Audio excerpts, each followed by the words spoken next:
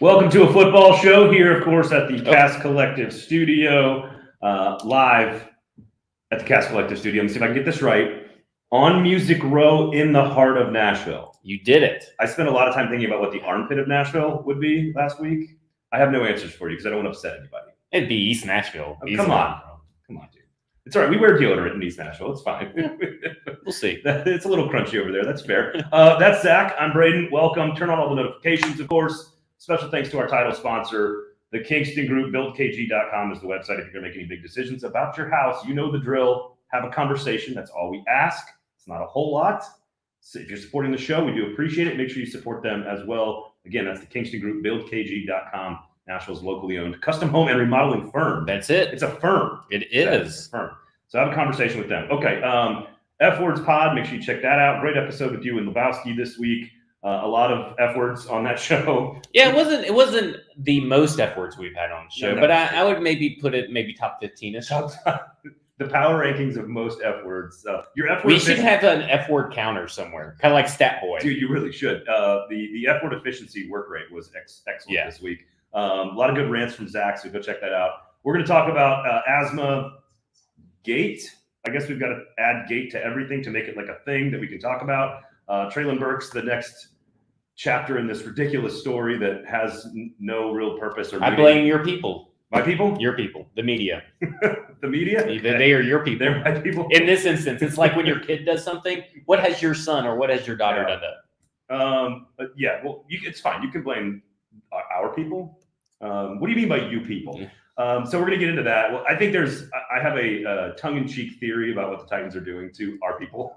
Your people. To my people. We're going to get into Deshaun Watson a little bit today, but not necessarily the details of a very kind of sordid and disgusting story, but more about like your role as a fan. When you have people, because we do this across it's not just sports, Zach. We do this with musicians. We do this with politicians. We do this with actors. We forgive a lot of stuff of people because they give us joy in another area.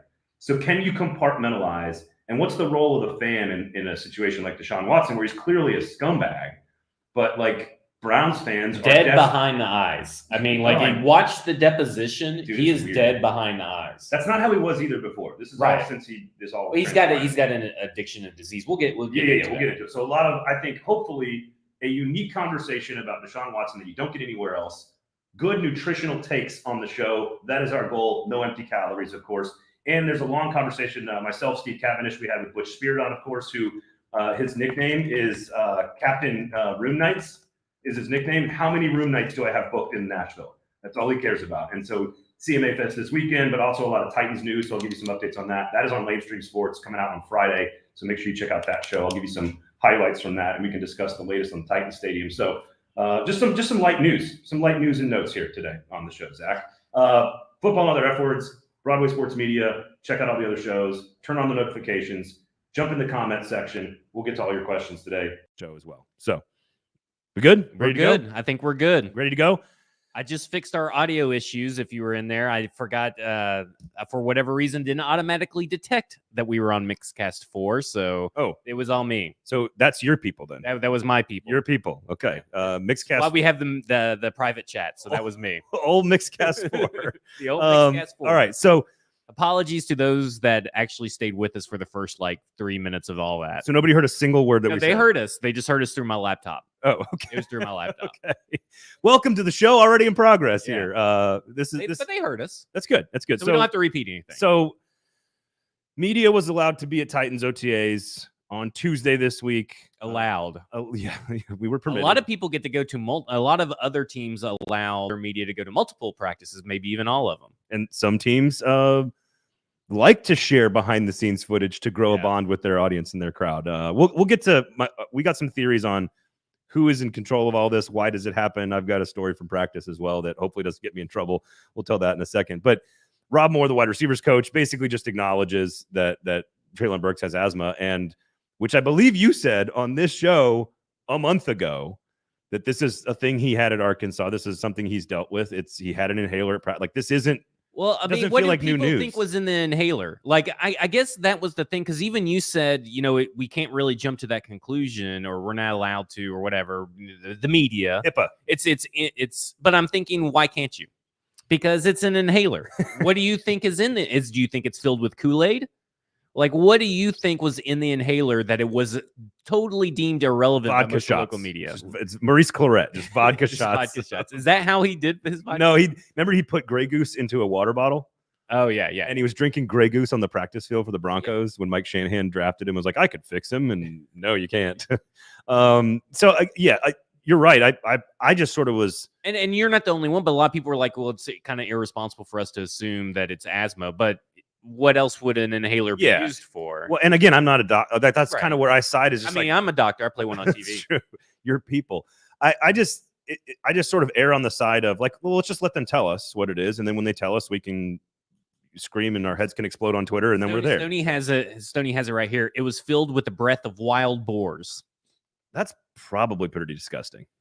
Some hot, stinky breath. None of you have kids, but those of you watching and listening that do have kids, you can tell when your kids are sick by their breath. It's really weird. Yeah, that is weird. It gets really disgusting, and I feel like I would describe my sick daughters with the breath of wild boars. I feel like that's what. Now I have something to explain when my wife asks what's wrong with her daughter. I say she's got wild boar breath, babe. I don't know what to tell you. Don't know what to tell you. So I just think now this is to your point about how I was kind of careful about it. He has a thing. They've said he has the thing. They will manage the thing professionally with medical experts. And they've always known about the thing. And they've always known about the thing. Which, it's asthma. It's not like I said on the podcast, it's not like he had a degenerate bone disease. I hate that the Titans have created, and they have created the storm, whether on purpose or not. They have created the shroud of secrecy that separates them from the rest of the world. They basically, what was that show on CBS where I haven't watched network television around the world. This is like a long time ago. I have not watched it. It's before Breaking Bad. That's how long ago it was. Okay. Jericho, maybe, I think is what it was. I don't know, but they got a force field around their place, and so I don't blame people for not wanting to just assume that's asthma. That's why I'm here for. I'm here to be the voice of the media who have to tiptoe around the Titan Stadium because they do listen to everything, right? I mean, we saw John Robinson call out Buck on his workout ethic and stuff like that. So in my mind, I'm thinking, of course you guys can't really just come out and say, well, it's obviously got to be asthma, even though it obviously was. Yeah, and all I was doing was just waiting for them to tell us something like that because somebody's personal medical information is, there's some level of like, you tell us and we'll just say, okay, and then go from there. It's just not a thing because you can manage it and it's just asthma. And I don't know if that ties into. It's not like he just got asthma after he was drafted. Like, I think that's the thing. One day of rookie camp and he got asthma. I think that's the thing that's kind of really people are missing is that they're like, well, I mean, this just feels like it came out of nowhere. No, asthma is something that you can grow out of. It's not something that you necessarily grow into.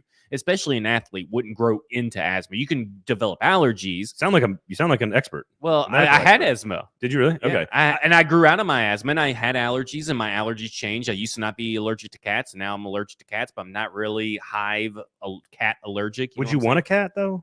I had cats growing up and we had to get rid of them. I mean, we literally had to get rid of cats that I had. am anti-cat. Now it's funny. So I had asthma for 2 summers. But it was only because of specific trees in Florida where I used to go to my grandparents' house and I got really bad asthma attacks. And I never had asthma any other time. So it's very personal. It's very unique to the individual. Like you said, it can change and evolve. Again, this is already too much asthma talk. Like we're going deep in the weeds on asthma here. I think it's just important for people not to freak out. Yes. It doesn't mean anything. Right. It doesn't mean he's had asthma. He's had asthma back at Arkansas. Doesn't mean anything. Does not mean anything. That's what inhalers are for. Inhalers are for to open up your airwaves to your lungs, to get your breath going, get your breathing going, and get oxygen to your body. So guess what? It happens almost automatically. And guess what? He will be, if he has to step out for a snap or two, he will be in a snap or two later. It won't be like A.J. Brown hurting his hamstring or something and he misses the rest of the game. Right. Now, to your point, last episode or maybe 2 episodes ago, and you touched on a little bit on F words this week as well. Check it out. I think there's no reason to be concerned about the conditioning side of him until we need him to be in condition. So that we've kind of covered that as well. So the asthma is not a thing because it can be handled by medical professionals. And the conditioning thing, he's a big dude. He plays big, and we'll deal with that when camp shows up. If he's still out of shape, then we can talk about it. If the games start and he's out of shape, then we can talk about it. There's a time and a place for that conversation. Let me float a theory, and you kind of touched on this on your show with Lebowski as well, which is I think so. There's been some specific things about how this Treylon Burks thing has unfolded with the press and with practice and access. So Tuesday, Treylon Burks doesn't practice after his best practice the week before, right? And Rob Moore tells us that he's got asthma, and then Burks doesn't play the day that we're all there, okay? The week before, there was a couple of drills where all the receivers, and they all, just to paint a picture here, we have to stand on the sidelines by the facility, and all the players, the receivers generally do all the drills right in front of on that sideline. So the quarterbacks are out in the field. The running backs are down here. The offensive and defensive linemen are down by the lake, by the over here on the end of the field, like not on a field, like they're sort of in a practice area. But the receivers are always right in front of us. And Treylon Burks was being told, not like ordered or yelled or anything, but like they clearly were skipping drills with him. But they did it right in front of us. And so it was like, we're going to run one route this way, then we're going to shift to the other side. And Burks, you're just going to walk. You're not going to run the drill. You're just going to go to the other side. And so I am knowing Vrabel the way we know Vrabel, which is Belichick, Saban, protect state secrets at all costs, not going to give you anything. And Robinson to some degree as well. I think there's a chance that they're doing all of this on purpose. Well, I mean, they are trolling all of us. I think that Tuesday was specifically for Paul Kaharski. I know you think that. And listen, you can say it's one not, guy too much credit, but no, you could say that it's not, but it is highly, highly suspect that they decided to do it on the day that he even put out an article saying he wasn't even going to be near his phone and check his phone, and they let the state secrets unfold. Yeah, again, there's just every single step of the way, there's been these little things that they know we're going to react to. And what's interesting is I don't think they realize that that's good for our business generally. Yeah. Like when we've got all this stuff to react to and overreact to. And even though we don't like the empty calories, a lot of people do. And that drives a lot of conversations that are fairly stupid. So let me float another theory, because I think my personal opinion is that the way that they grant access or lack thereof is a John Robinson, Mike Vrabel driven decision. That's my opinion. I'm not reporting that. Well, you have to think it is at least a partnership in that, just because look at when it was Mike Mularkey and John Robinson. Even Mike Mularkey, when at his pressers, he was giving you guys more information. Oh, you couldn't get him to shut up. You can, yeah, right. So I think this is a joint venture between Robinson and Vrabel. Yes, because we have seen them be on the same page on almost everything in American football. So here's an anecdote from practice on Tuesday that I think indicates that, number one, they absolutely listen to and pay attention to everything. Yes. They all have rabbit. I know for sure they all have rabbit ears. All the articles and stuff they get. He gets, I know at least Vrabel, and I think Robinson does too, gets any article that's written in the last 24 hours, he gets every morning. Yes. And the Preds do this too. It's not unusual for this to be a thing. And so we're all standing there watching practice, and there's a media area where they hold the press conferences, which is called the media area. Like that's where you can stand. You can stand in the media area, or you can stand on the sideline, or you can stand in the end zone. You can't stand, like there's very specific places where you can stand. And in the media area, while we're all watching practice, I think there was somebody down there in the press that was like talking to a player. And we all hear somebody yelling from above upstairs, which is in the new facility. And somebody's just screaming like, media area, media area, media area. And that was an indication for Titans PR to go over there and kind of like, why is that guy talking to a player? Kind of thing. Gotcha. Right. So I'm not telling the story to say that anybody did anything wrong. If you're standing in the media area and you're media, you're not really doing anything wrong. Right. But it shows it was John Robinson who was yelling.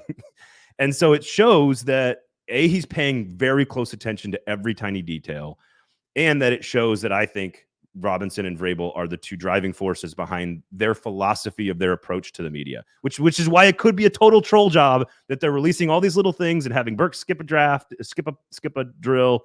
I just think there's a chance it's all done on purpose to mess with us. What do you think there is to gain by this, though? Like, is it fun for them? Well, no. Talking about the whole secrecy issue, you guys are only coming to one practice. During training camp. I mean, they have to think that they're gaining something by that. Well, so. Because if you look at the Rams have like opened up the floodgates on everything. They, invite media. Media loves the players. They get to know the players and all this stuff. And I feel like there's a lack. There's a little bit of a line that I hesitate to cross, right? Because there's the Marcus line where you don't know anything about the player really at all because they're not on social media. You don't hardly ever get to talk to them unless it's outside of football situation. And then you have the AJ Brown where you're getting way too much. Maybe even Taylor Lewan and Will Compton could be on that, but you're getting way too much from them on social media. Yeah. But I feel like we are, as fans and maybe even media, we have a lack of getting to know these players on the field, getting a lack of information on basically what goes on at training camp and practices week in and week out. When you see, Colts media, you see Eagles, you see the Rams and all these other media teams, they're all getting all this good information daily to their fans. So what is there's no competitive advantage because even bad teams are doing it. No, good teams are doing it. And they actually say like the competitive advantage is kind of like the term, and I don't think that's the exact term that's in the emails, but like these are the things you cannot report on, like formations and route combinations. That stuff makes sense. And like, so if they're running a route, and again, this is not what they did. Right. So I'm just making this up. If they've got a 2 tight end set to the split and they're running a crossing route with a rub or a pick or whatever, like I could see how they don't want that type of thing Totally makes sense. to be out there. Oh, they're really working on this in the summer or whatever. Like, I don't think they want that. But if you look at college coaches are, I say this not directed at Mike Vrabel or John Robinson, but I think football coaches at a high pressure situation, which would qualify Vrabel and Nick Saban and all these other guys, they are paranoid, schizophrenic egomaniacs. Like, you kind of have to be that to be in that job. And I think they feel like there is something. College coaches don't have to give you any access. Right. There's never even a moment where you're at practice. Sam Pittman did actually open up practice in the spring this year for Arkansas media. But I just think they feel like there's some level of control that if they can keep everything in-house, they have some mental advantage. And I don't see why. I think it's they don't trust the players because if you think about the third mystery field, the third field or whatever it's called, which is a big dirt pile right now. Yeah, which is whatever, where the injured players kind of go run. And if you take a video of them, you get yelled at and all that kind of stuff. And I think it's because, they're over here coaching. The coaches are over here coaching. That's where John Robinson's focus is at too. There's nobody with that player, right? Except for maybe like a strength and conditioning guy or something. Yeah, it's not practice technically. Right. Which I think is if you can report on practice, you can report on. Well, I think it's just what I'm saying is I think it's because they don't think that those players they're afraid that those players are going to say something they don't want out. I would go with that for the college kids and for the rookies in the NFL. Like, you want to see how Roger McCreary or Malik Willis or these rookies can like, you want to train them a little bit, right? You want to, frankly, this is probably where college football fails miserably, which is if you allowed access to the college kids, they'd be better prepared for questions in the NFL. Right. And so it kind of feeds itself a little bit. You have to get them prepared. So you sort of insulate them a little bit when they first get here because they're not prepared to talk to the media because the college coach is even worse at protecting them. And it actually does the athlete a disservice because then they're not learning the skills. There's a life skills, right? To have a good interview and good communication. Like, that's a good life skill to earn. Or to learn. I think it's there is just a paranoid schizophrenic mentality with all coaches of any sport. They hear everything that's said about them. They think everything is a Russian spy. Like, everything's a Russian spy. That's what it feels like. And they just don't and they have the control. So why not use it? And I think that's where they come from. Getting worked up because a tweet got posted 10 minutes early of who was or was not at practice in the middle of June seems silly, like a silly use of energy. But I think it's just especially if you're going to turn around and fat shame them. That's true. I think that's baked into the job. Honestly, like, I don't have a better answer for that. I think in particular, Vrabel cut from the Belichick cloth with Robinson. I think they just are extra this. Yeah, if that makes sense. And it's their prerogative. They can do what they want. And they want to do. I think Amy Adams-Strunk has done a great job building a relationship and being out in the community and sort of being accessible. I think having players be accessible would be great. I think Kevin Byard's very accessible. I think Derrick Henry's being more visible now as he's grown into his personality. So I don't know. I think to go to Texas or wherever. Yeah, right. I think you're doing your players and their brands a disservice by not showcasing them more. And I think you could build a relationship with your fans. Now, if you want to troll the media, go for it. Oh, I'm all for that. I think it's hilarious. Like, go for it. Like that. Literally, And I am 100% bought in that they are. I'm kind of like literally the first thing I said when I walked out there was like, oh, you mean the day we're here, we find out that he has asthma and he's not practicing? Yeah. Why couldn't they just say, and the Raidens thing, why couldn't they just say that last right? They were asked about it 30 fucking times. Right. And I think there's an element of all the stuff we just talked about. And then at the end of the day, JR and Vrabel are sitting there like clinking glasses of whiskey, just laughing at all of us running around like a bunch of morons. Well, I think Vrabel's a Busch Light guy. Oh yeah, yeah. Okay, I know he's definitely a beer drinker. Yeah, there's no question about that. All right, so let's get into a slightly more serious topic, and that is the Deshaun Watson news. The New York Times, congratulations for actually doing good reporting on this because it doesn't feel like the Browns did. Or the NFL's doing anything. I mean, that's my thing. So if you want to read the story and follow along, you can go read the story. It's not like extremely difficult to read. It's not like that graphic, but it definitely paints the picture of who Deshaun Watson is and what he's been doing. And I wanted to ask a question. This, for those of you listening and watching, I think is important. I would love to hear some feedback. But Zach, I think to me, what it raises a question on in our society is we forgive a lot of stuff for talent. Like Tom Cruise is batshit crazy, but we are watching his movies like crazy, right? Like we are watching Top Gun is like done. Is he batshit crazy in a bad way? I mean, like, is he harming anybody? Oh, no. I'm not. Yeah. So to be clear, I'm not comparing any of these different things here, right? I mean, I'll get to Michael Jackson. That's worse, right. I guess worse than Deshaun Watson. I don't know. Like, I'm not trying to. If we start measuring sins, we get into trouble. Right. Here. I don't equate Tom Cruise. I agree. Tom Cruise jumping on a couch 20 years ago. Well, I'm more this. I think there's more to Tom Cruise off the field.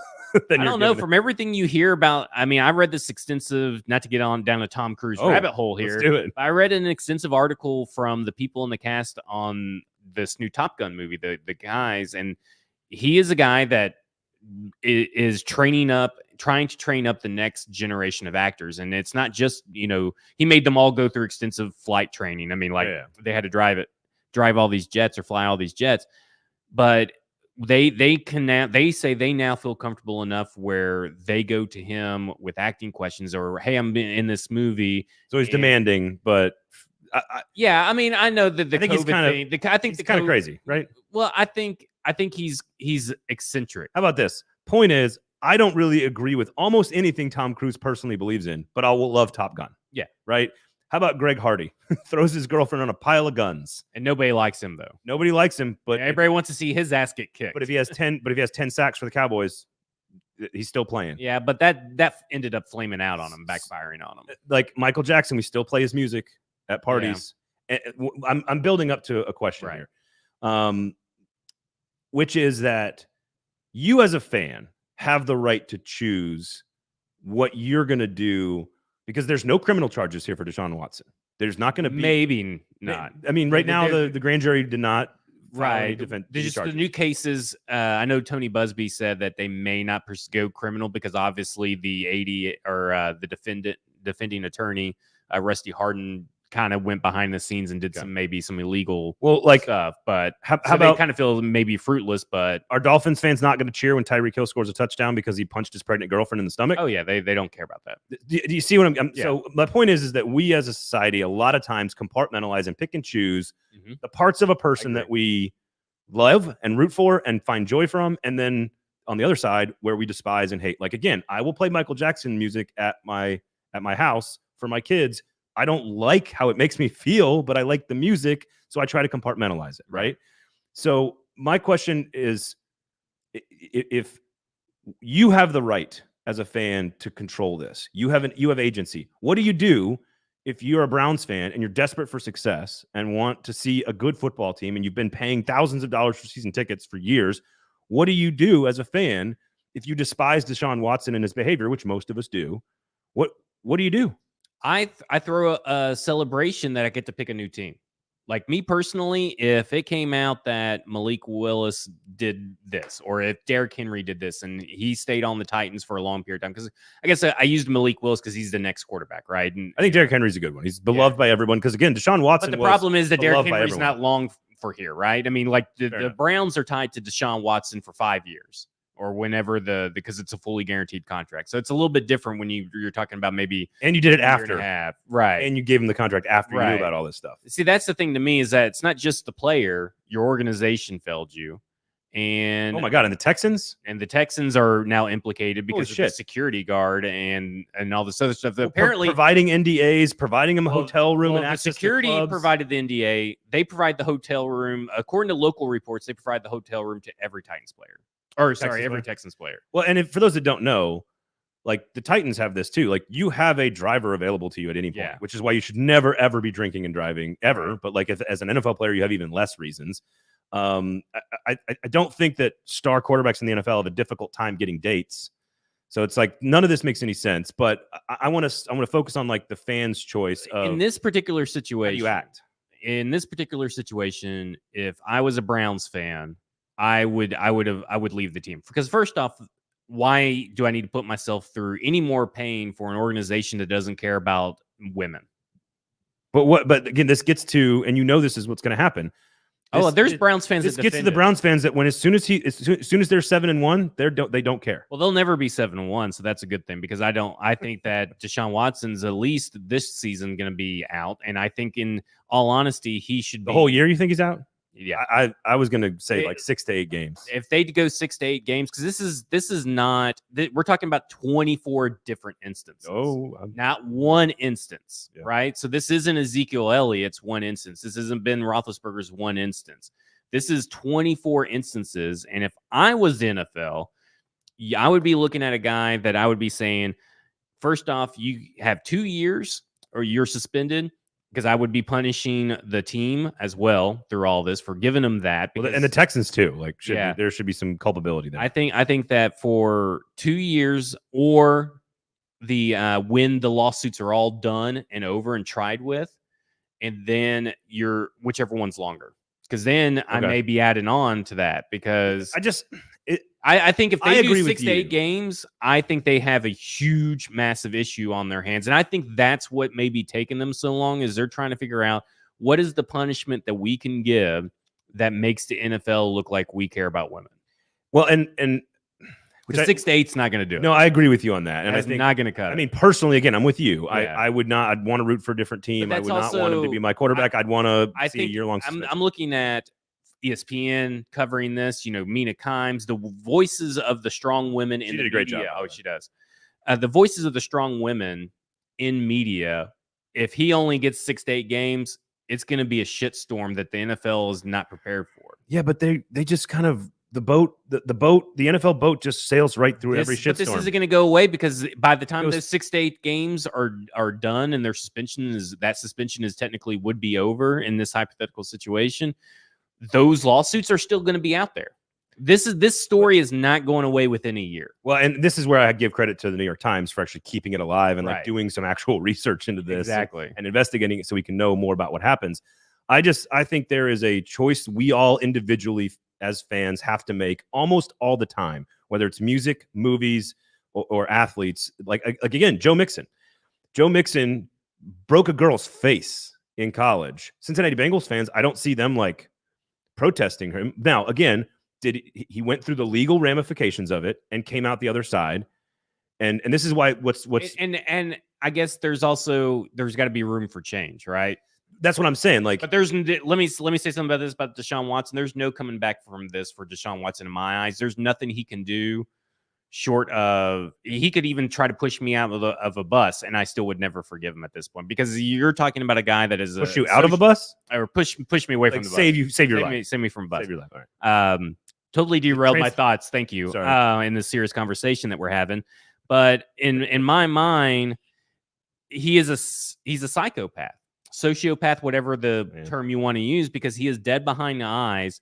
He sat there and said that, okay, well, I'm only going for massages, and that's what I want. I want massages. On the deposition looking, and when they are pressing him on why did you choose this person that just got out of massage school, he going, well, the experience, isn't a high priority for me. But if you're only going for massages, then why isn't that a high priority for you? 66 women. Yeah, I read that too. Yeah, in 66 women in 17 months, it's almost one woman a week, a different woman almost every week I know. for a massage therapist. I'm still going to the same chiropractor I've had for 2 years now. Find one that works, and you stick with it. There's no coming back now. That's for me personally. That's my and question. for the fans that even Titans fans that may defend him, unfollow me. Don't care about you. Don't want you to listen to my stuff. You don't deserve to listen to my stuff because in my mind, you are supporting a guy that is just he's a despicable slimeball, scuzz bucket, terrible, terrible person that really should have got criminal charges pressed against or filed against him. And he should be in jail because if Mike Vick should be in jail for just being at a house where there's dog fighting. It's more complicated than that, but I agree. Well, there was he was made an example of. Yeah, I agree. I think that. How about Calvin Ridley? Calvin Ridley suspended for a full year for placing a bet. Right. and this could be about the same, maybe, if we're saying a year. I think it's see, that's the thing about the NFL's punishment policy that I have an issue with is that, you go back and look at Ezekiel Elliott, Ray Rice, where that video was at. 2 games. You look at right? Ben Roethlisberger. You look at all this stuff, Greg Hardy, even all this stuff, and then you turn around and you place a bet and you get a year. I mean, again, Tyreek Hill is the one that drives me nuts. Yeah. Like, again, the track record of behavior for Tyreek Hill is absurd. Right. And yet the NFL, I don't think he's ever been suspended by the NFL for anything. Yeah. I'm petitioning all my leagues to not allow Deshaun Watson to be drafted in the fantasy league. Well, if you're the owner, can't you? If you run the league, can't you? Just I'm not. Yeah, but I'm not that guy. Okay. I have to petition. Okay. There's a formal process. Yeah. My thing is that, man, I cannot. I understand that fans are fanatics. And you can even look at the political parties. There are people that blindly follow Republicans, even though what the Republicans can be doing is wrong. There are people that blindly follow Democrats, even though that they may disagree deep down, but they don't care because that's a Democrat. I'm voting Democrat no matter what. I'm rooting for a quarterback no matter what they do, even if it's terrible. That is a fanatic's choice and a fanatic's probably built into their DNA. But in my mind, I don't think any self-respecting man, woman, or child can look at the Cleveland Browns seriously and say, that is my team. I'm wearing their jerseys, and I'm proud to be a Browns fan because I've been one for 20 years. Let me tell you something. Just because you've been one for 20 years doesn't mean you can't change. So I completely agree. And Stoney, a couple of comments here. Stoney Keeley says, Steve McNair is an interesting name to think about in this conversation. And then Kenneth brings up similarities between Tiger Woods and Deshaun Watson. I do not think there are similarities between Tiger Woods and Deshaun Watson. I think Steve McNair and Tiger Woods I think had very similar lifestyles. That is not criminal behavior. That is not crossing a line that we obviously believe and have seen. Drinking and driving, criminal. But I mean, let's not equate. I think equating Tiger Woods to 24 plus I guess acts. I guess that's true. I think, but what I'm saying is, I think you're talking about 24 or more acts because we know at least that there are more acts that people that did not file suits according to the Ginny Ventress reporting. So it's not just 24 people that are women that are affected. It's more than 24 women that are affected. Only 24 are filed lawsuits. That's not the same as what either of those guys went through. Here's my what's the case study for Nashville fans though? Like, what's the case study that even comes close to matching this? Like Mike Ribeiro, for example, played for the Preds and was a really bad dude, and they signed him to a contract, and then David Poile had to answer questions about that. Yeah, like this is a guy who had a weird. I don't want to use the wrong word here, but there was a whole thing with the babysitter, and he was not a good dude. And they signed him, and I just don't know who was the Preds fan or Preds player recently? Well, Austin Watson is another one who got into that would probably be the closest, besides maybe Pac-Man Jones, but I feel like that's not even relatable.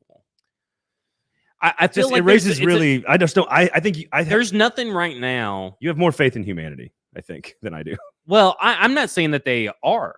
Okay. I don't think that they will. I'm saying that they should. I think that's the difference. Is that I don't think that there is an instance or a player that I can think of that assaulted more than 24 women in a span of 17 months. Sexually assaulted. It's a pretty hard. There's just I don't think that there is a player that's done. There's been players that have cheated on their wives. Yeah, and there's been players that have had sex with lots of women. I mean, how many did Wilt Chamberlain have or something? There's Bill Or I Bill think Russell, it might have been Wilt.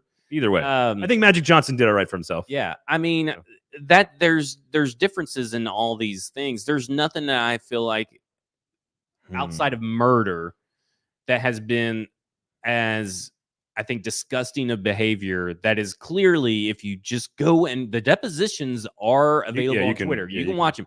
You go watch those depositions and it is chilling. It is like watching a Netflix documentary about a serial killer. So Stoney Keeley says, at the end of the day, it's just sports. If you're going to sacrifice a bit of what you stand for as a person just because of the team you root for, then that's some weak shit. Fully agree. I fully agree. We fully agree. I think it's easy for us to sit here and say that when we don't have to make that choice. Like, I don't really like if I was a Packers fan and I don't agree with anything Aaron Rodgers stands for at all, I can compartmentalize watching him throw touchdowns on Sunday and like disagreeing with his personal because he's not beliefs hurting and stance. anybody Right. besides himself. Well, I don't want to talk about public health, but your point is valid. I mean, even if there's no Aaron Rodgers, public health is still going to be an issue. I mean, I guess that's I totally agree. So I guess, but there's varying levels of this, right? Like there's Michael Jackson, and then there's Tiger Woods, and then like there's a DUI versus, like what Michael Jackson did. Yeah. And we still, as a society, listen to Michael Jackson music. And is that the wrong behavior? Like, and again, this is not, I don't want to hear the phrase cancel culture either. Like, that's not what this is. If Deshaun Watson gets kicked out of the league or loses his contract, this isn't cancel culture. It's consequences for bad behavior. Like that's different. So I don't know I feel like you have to make that stand on your own. Well, yeah, that's the only way things, it's like the and I'm going to equate something to the Madden game, but people complain about Madden, right? But the same people who complain about Madden and the game glitches and stuff, the only reason they know about the game glitches and the game plays because they bought Madden, and they complain about it every year. I haven't bought Madden since I think when Gronk was on the cover was the last one. But my point is, it sucked. I was done with Madden. They're not getting any more of my money. Now, I understand that there are weak-willed people out there. I mean, the majority, I would say, Americans do not have willpower or the fortitude to make a stand. But let me say this. I am out on Deshaun Watson. I would love it if he went to prison and never played in the league again. If they came out and said that he would never play in the league, I would maybe become I wouldn't become a Browns fan because those people, they need to kick those people out of the Browns. And what about Baker? What about Baker Mayfield through all this? Like, what the hell? Baker's doing the right thing. Stay off social media. Yeah. Stay off social media. And when they come back calling, say, well, you got Jacoby Brissett. Have a nice time. Yeah. Have fun. Yeah. Either way, it's hard to read. It's hard to understand. And I just thought the conversation that I find interesting is that, and this is no different than a company standing up for something you don't agree with, right? Like it does. You have agency as a consumer with your time and money to decide what you spend it on. And you have to decide, like, again, I go always straight to the Michael Jackson thing because I struggle with that. Like, I still love the music. I still want my kids to hear the music and learn about how important his music was. But at the same time, when it's time for my children to learn this kind of stuff, we're going to have to tell them about the other side of this. Right. And so does that mean that we're doing the wrong thing as parents? Are we doing the right thing as fans of his music? Like, how should I feel about this? And this is a little different because it's like right now in our faces, and he's actually going through the deposition, and it's like he's alive and can actually take punishment for something he's done. I think it's a very complicated mental gymnastics that you have to do as a fan of something that you love deeply. Life's just complicated. I mean, there is no perfect solution, but you're right. You can control what you can control, and what I can control is that I only hope the worst for Deshaun Watson. Have you ever drafted Tyreek Hill on a fantasy team? Actually, I don't think I have. Good for you. Not because of. So you walked the walk, huh? Well, not because of the reasons. But I guess I raised the question. Then what's the difference? I think basically Tyreek Hill's clearly a kind of a piece of shit. So I'm not the only one in the league still playing right now, by the way. That's a bad person. Right. That's done illegal things. I think I hate to, again, you're weighing sins and you're putting me on the spot to do something you said we don't want to do on the show. That's true. But I think Deshaun Watson is the biggest piece of shit. This is what I could say. Okay. Deshaun Watson is the biggest piece of shit in sports by far. bar none. There's nobody that Man. right now that is close to what he is as far as a terrible human being that has affected more than 66 people's lives. Okay. I mean, I can't argue with that. That's sort of a statement of fact. He's a sexual terrorist. I think it's going to be very interesting because there's no criminal charges, that if he pays his price in the civil court, which is probably a closed NDA, with like a lot of money being distributed, the league suspends him for a year. There's no more incidents, and he comes back next year and he plays. I don't think Browns fans are going to stop rooting for him, and I think the league. I think some Brown fans have. I don't think all Browns fans will, and that's good. That would be the same for every fan base across America in every sport. Yeah, and it'd be the same for people that love certain TV shows, love movies, this and that. Yeah, it's because people view these other celebrities and stuff as transactional items. Yeah, we forgive a lot of sins for entertainment and talent. Like if you have an extraordinary amount of talent, you will keep getting chances no matter how badly you screw up. And that's ultimately what this is about. If Deshaun Watson was EJ Manuel, we wouldn't be talking about it. Yep. But Deshaun Watson is one of the best quarterbacks in the world. So that's why he's getting $230 million guaranteed or whatever it is. So that's because the Browns are fucking idiots. Well, he would be worth it if he wasn't such a piece of trash. Yeah. So, all right. I don't know how we're going to segue into that conversation. And now we're going to discuss some Titans Stadium news on the show. So myself, Steve Cavendish, we had a chance to sit down with Butch Speardon, who runs basically everything in Nashville. He's been in a lot of rooms and a lot of meetings for about 45 minutes. Lamestream Sports Podcast coming out on Friday. Check it out. He gave us a couple of details. One of them is that August and September is when all this information is going to come out. So FIFA next week is going to announce whether or not we become a host city or not. And what he said in the conversation was part of the reason how they're going to win the bid from FIFA, which I'm not sure they're going to, but they're trying, is to keep the Titan Stadium intact and built and managed and run so that they can use it at the same time as building the new stadium, which is in between the old one and the interstate, right? I don't know how that works exactly. If we don't get the host bid next week, maybe that changes, and we can follow up with that. But that's an interesting nugget. August is the time frame. We're about 6-8 weeks out from getting the actual financial details of the plan. How much of that is tax diversion? How much of that is state? All this other stuff, and that they've got 100 acres that they are going to. It is every single inch of it is going to be developed. Like I'm trying to think of another area, like you know how south of Broadway has developed once they built the Music City Center, right? And all of a sudden there's hotels in the street and a roundabout and some weird art sculptures and like all this other stuff. Like think about every inch from for 100 acres on the east bank of the river, and think of every inch of it being developed, whether it being hotels, housing, parks, green space, hopefully retail, restaurants, you name it. It's going to be their new roads, new access points. It is going to be huge. It is going to be massive. And there's going to be a huge fight about it coming in about, again, Butch said August, September is when we're going to get the information. It is going to be a big fight. Well, I mean, you already have like these sycamore think tanks, saying that, they're not going to make enough money and all this stuff. And I'm thinking, well, because what they use is to average across Tennessee stadiums all the way across.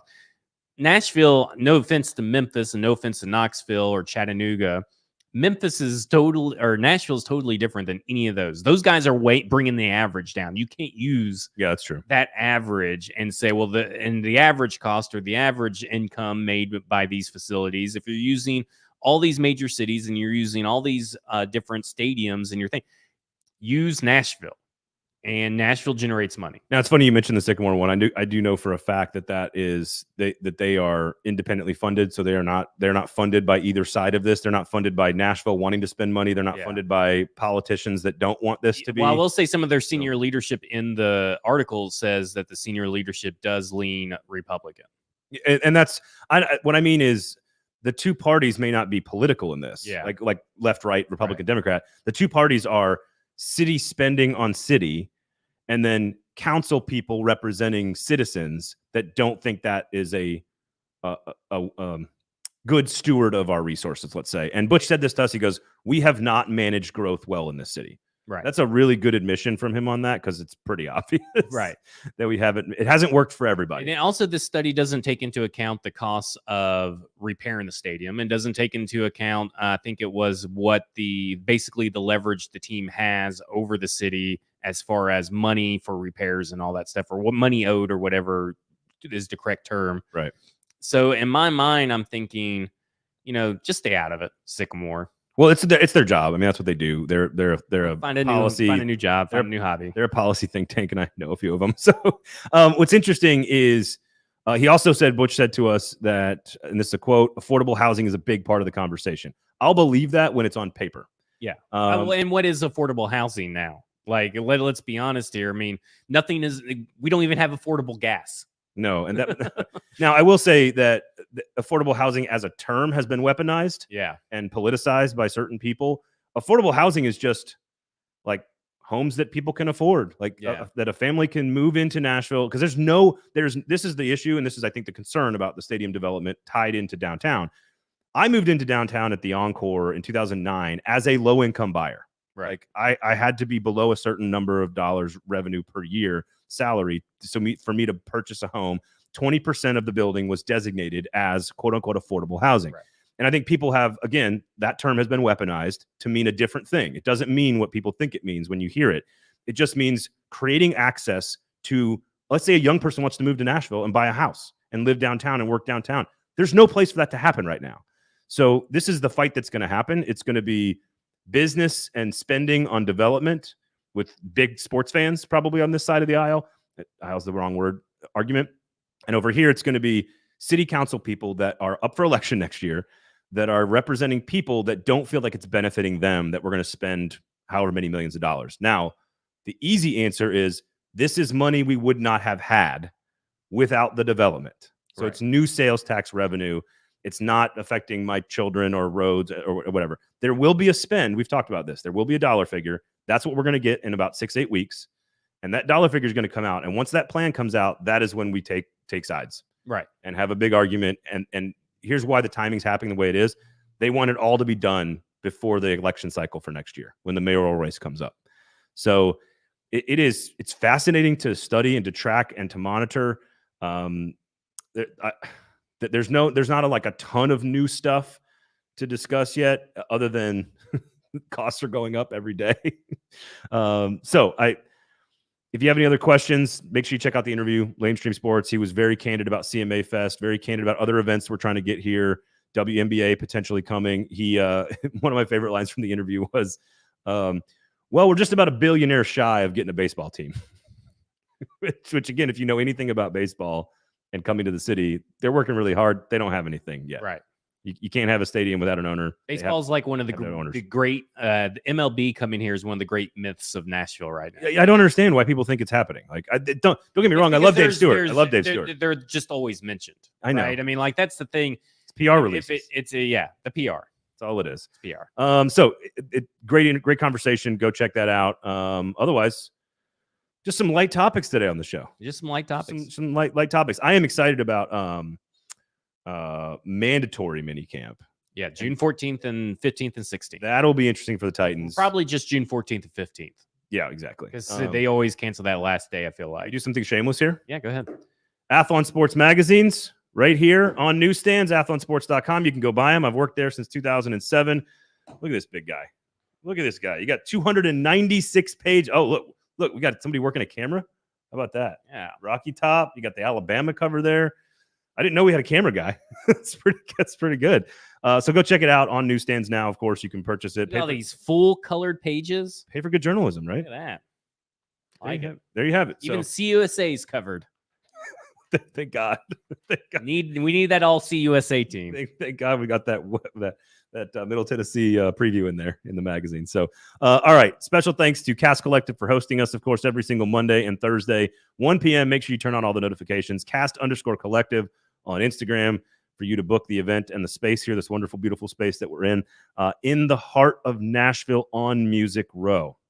Twice in one show. Did it. Twice in one show. Unprecedented. Kingston Group, of course, as well, our title sponsor on the show. BuildKG.com is the website. All the other shows and places. Football and other F words, There you go. every podcast platform that you got, we're there. There you have it. BroadwaySportsMedia.com as well. Like And then the all government, we're everywhere. And then all the other 440 shows as well. Club and Country covering Nashville SC, Fringe Element covering the SEC. We've got Gold Standard covering the Preds, and of course, Lamestream Sports with Butch Spiridon coming out on Friday. So I think that just about does it for today. Otherwise, rate, review, subscribe, share the show, turn on the notifications, check out the YouTube. We appreciate you guys. We love you. Thanks for hanging out and listening. For Zach, I'm Braden. This has been a football show.